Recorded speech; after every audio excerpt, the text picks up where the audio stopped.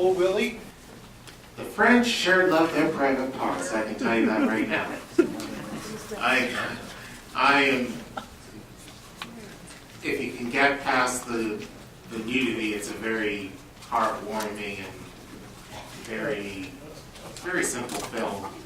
But I think it could be told without the nudity. I think the nudity kind of has a point. There's a kind of a vulnerability point to it. First of all, it's a really good-looking film.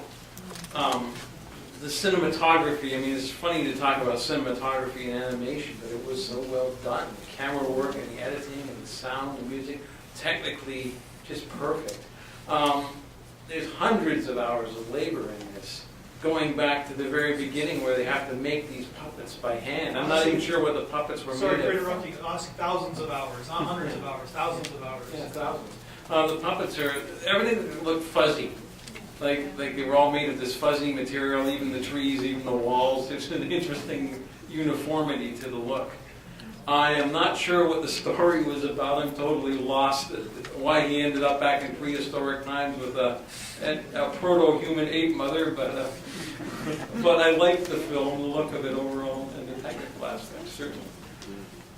Thematically, I think it's about a film about we always need our mother, or always trying to find our mother, even when she passes away, and he finds his mother in a very unique fashion, right? And so it all starts with breastfeeding, and and we kind of come full circle in where things in the way. Sorry, I never thought I was going to say breastfeeding. It all starts with breastfeeding and moderation. I think the nudity was a major part of it because he grew up in this nudist society. I guess he kind of turned away from it and went away. He was clothed for the whole thing except for at the end where he kind of finds his freedom and his innocence again. And I think that's him reconnecting with his mother in this kind of dream world because he missed her so much. And it was kind of very primal, him being in a cave and then breastfeeding at the very end. It was just, it didn't make a whole lot of logical sense, but it made sense in terms of him getting back to his innocence and childhood. Yeah, thematically it makes sense, and with this type of animation, you can kind of like drive with the theme instead of the plot because you can go in different directions with the animation. It's a person getting back to, like you said, like was already said, he gets back to his roots. It's a new beginning, and he gets back to his childhood, and maybe things could mend, all the regrets that you have during your lifetime and your relationship with your parents, and maybe you go back. He gets back to his roots, and it can evolve in another way. But it's a dream. It's part of the mourning process. And we see it in the film too. Like he's coming in out of his dream, so we don't know what reality is, what his dream-like state is.